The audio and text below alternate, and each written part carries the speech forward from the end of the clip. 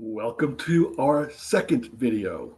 In this one, we'll discuss what business is for me and the entrepreneurial mindset. So, after coming off of the first video, are you feeling more like you're in a slump or are you feeling more like you're pumped? Hopefully, you're feeling a little bit more energized and excited, and we can continue down this path of making sure you succeed in your business idea and bringing it to the market and succeeding. So, the good news is, wherever you are in the process right now is exactly where you need to be. You don't compare yourself to how your uncle launched a business. You don't look across the street at your neighbors and say, look how well they're doing. Nor, frankly, do you look somewhere else and say, oh, but I'm so much further ahead than they are. I must be doing well. This is not a race with a finish line. Starting your own business will be something you'll do at your pace. Certainly, through coaching, we can accelerate that so you don't get stuck in a rut at different places, so you don't make mistakes you have to undo only to redo it correctly. But wherever you are is the right place to be on this journey towards your business success. So let's first define a couple of terms: hobby versus business. A hobby is something you do for yourself. It brings you your enjoyment, but it's not necessarily something you do to generate revenue or income. While it certainly may, the goal of that is your pleasure, your enjoyment. When we think about a business, though, we have to put on a very different mindset, and that's of the customer. What can I do that will be of service to others so that they would willingly want to engage with me and or my business? So the focus is less about look at me, look at what I can do, look at what I can achieve, and more about how can I help, how can I be of assistance. And if you think of your experiences when you've gone to a flea market, there are people there that just like to spend the day out in the sun talking to others, and it's really not about how much money they make or how much product they move. Then there are others who are treating it as an economic transaction that's designed to maximize their return. They spend a lot more time on discussing and deciding booth location. They price items. They choose which items to sell based on what is more likely to sell to others and less about, I'm looking to clean out my attic or my garage. So the focus is much more on the consumer or customer of product or service and less about, I'm doing something to further my own interests.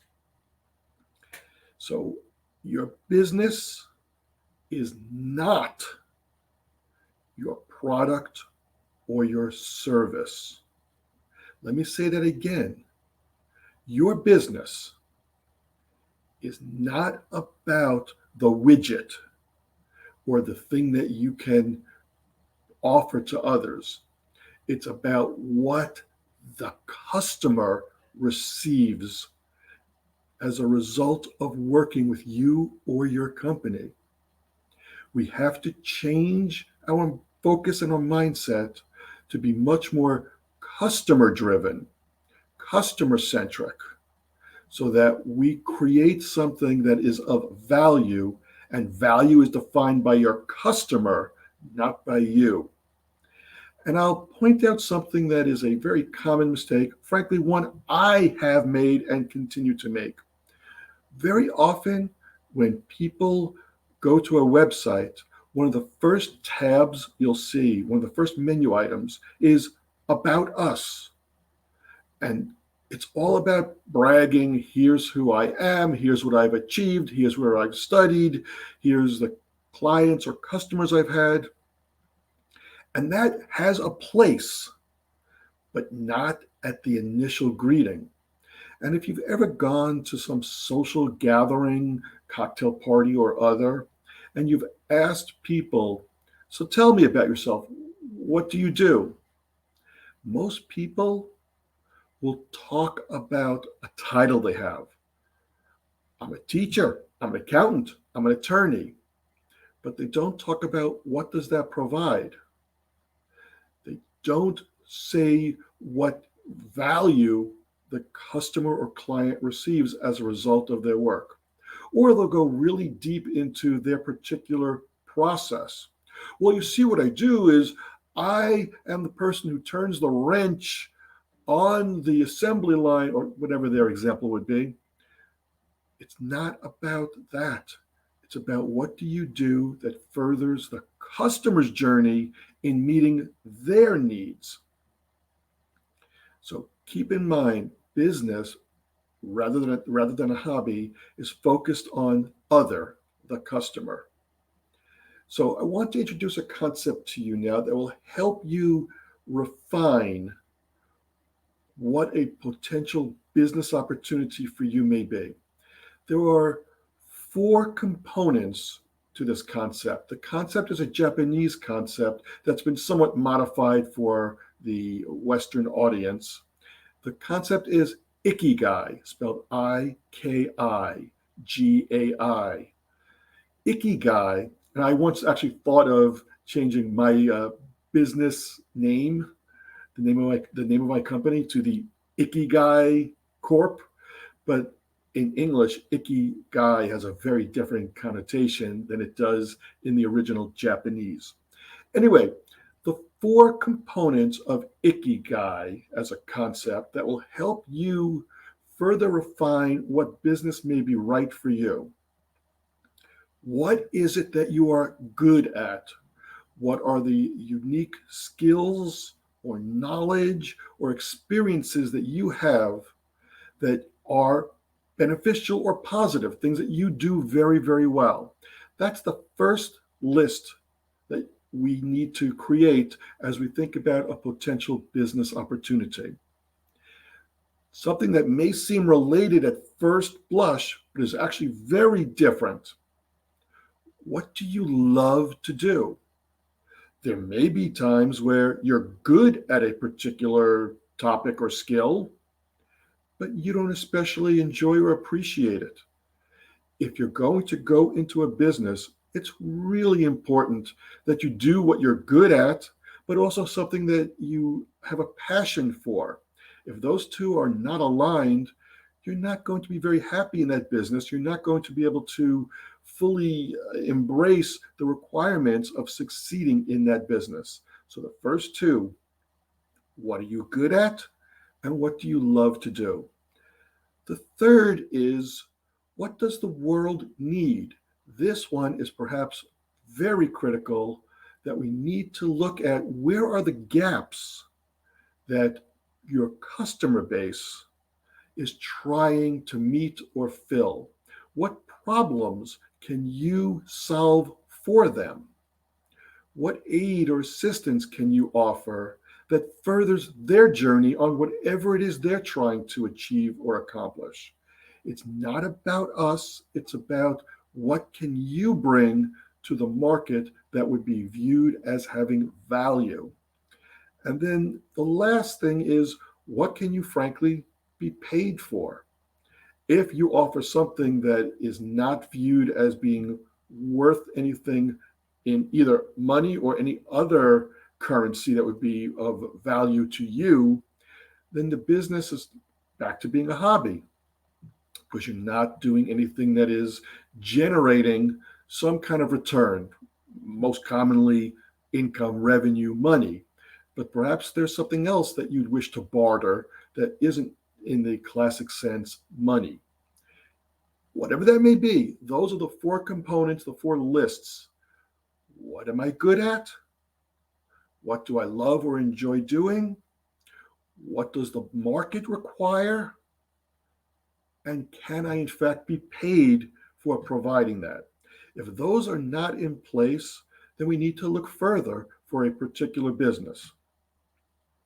Now, I want to be offering a word of caution here.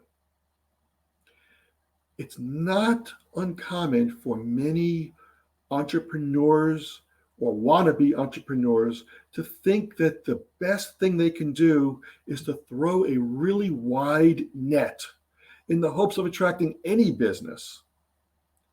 That actually is counterproductive. You cannot be all things to all people. So you cannot be a realtor and an interior designer at the very same time, because people won't know, what am I hiring? Am I hiring you to either sell my home or help me purchase a home? Or are you someone who I should be engaging with to beautify my home? You very well may have both skills. You may be a licensed realtor and you may have a terrific aesthetic eye, but those are separate businesses. You can run two businesses, but each business has to be focused on one outcome, one value offering. And to further that thought, not only can't you be everything to everybody, but you should be looking for a very specific target. If you don't have a target customer in mind, it's going to come back to bite you because you don't know how to best construct your messaging.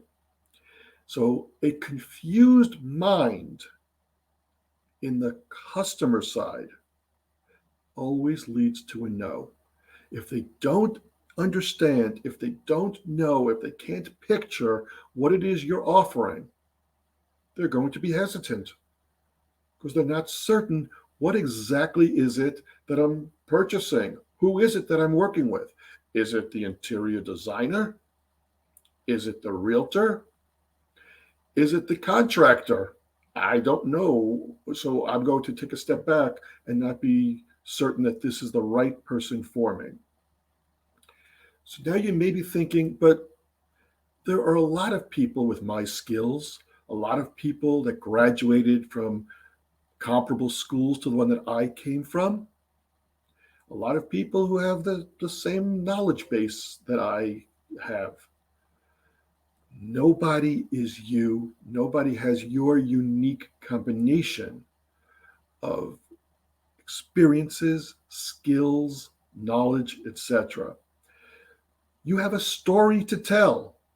And in working with a coach, that story can become an essential part of your messaging so that you are differentiated, so that you are able to provide a value that is differentiated from anyone else in the market, that is unique. We can talk about this a lot more in depth in our coaching sessions through our training that we offer. But now I'd like to have you click on the third video and we can talk about how to sharpen your focus even further so that your business is perfectly designed to meet your target audience's requirements and needs and fulfills your needs to build a business that achieves your objectives. I'll see you in number 3.